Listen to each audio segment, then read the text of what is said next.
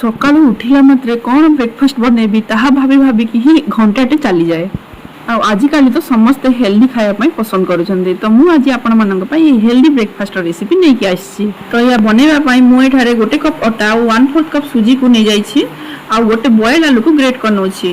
ତା ସାଙ୍ଗରେ ଗୋଟେ ଗାଜରକୁ ମଧ୍ୟ ଗ୍ରେଟ୍ କରିକି ଆଡ଼୍ କରିବା, ଛୋଟ ଛୋଟ କରି କାଟିକି ଗୋଟେ ପିଆଜ ଆଉ ଏଇ ସବୁକୁ ଅଟା ଆଉ ସୁଜିରେ ଆଡ଼୍ କରିବା। ସ୍ୱାଦ ଅନୁଯାୟୀ ଟିକେ ଲୁଣ ଆଡ଼୍ କରିଦେବେ, ଆଉ ଯେଉଁ ପିଜାରେ ଆଡ଼୍ କରିଥାଉ ପେରି ପେରି ପାଉଡ଼ର ତାହାକୁ ମଧ୍ୟ ମୁଁ ଏଠାରେ ଆଡ଼୍ କରୁଛି। ଆଉ ଆବଶ୍ୟକ ଅନୁଯାୟୀ ପାଣି ଦେଇକି ଏହାର ଗୋଟେ ବ୍ୟାଟର ତିଆରି କରିନେବା। ଚକୁଳି ବନେଇବା ପାଇଁ ଯେମିତି ବ୍ୟାଟର ତିଆରି କରିଥାଉ ସେ ସେମ୍ କନସିଷ୍ଟେନ୍ସିରେ ଏଇ ବ୍ୟାଟର ତିଆରି କରିବେ। ଲାଷ୍ଟରେ ଟିକେ ହଳଦୀ ଗୁଣ୍ଡ ଆଡ଼୍ କରିକି ଏହାକୁ ମିକ୍ସ କରିନେବା। ତାପରେ ଗୋଟେ ତାୱା କିମ୍ବା ନନଷ୍ଟିକ୍ କଢ଼େଇ ନେଇଯିବେ, ଆଉ ଏଥିରେ ଟିକେ ବ୍ୟାଟର ଆଡ଼୍ କରିକି ଏହାର ଚକୁଳି ତିଆରି କରିନେବେ। ସାଇଡ଼ରେ ଟିକେ ତେଲ ଆଡ଼୍ କରିକି 2-3 ମିନିଟ୍ ଏହାକୁ କୁକ୍ କରିନେବା।